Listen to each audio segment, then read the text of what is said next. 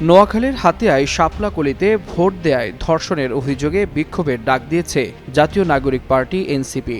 শনিবার রাতে দলটির মিডিয়া সেল এক বার্তায় এ তথ্য জানায়। এনসিপির অফিসিয়াল ফেসবুক পেজে দেয়া এক পোস্টে বলা হয়েছে, শাপলাকলিতে ভোট দেওয়ার কারণে হাতিয়ায় ৩ সন্তানের জননীকে বিএনপির নেতাকর্মীরা গণধর্ষণ এবং সারা দেশে নির্বাচন পরবর্তী বিএনপির হত্যা, দখলবাজি ও আগুন সন্ত্রাসের প্রতিবাদে বিক্ষোভ মিছিল করা হবে। হিউস্টনে রকিং টেস্টি, সীমানা ছাড়াও নিজেকে হারাও। শনিবার রাত 11টায় বাংলা মোটরে এনসিপির কার্যালয়ের সামনে থেকে মিছিলটি শুরু হবে।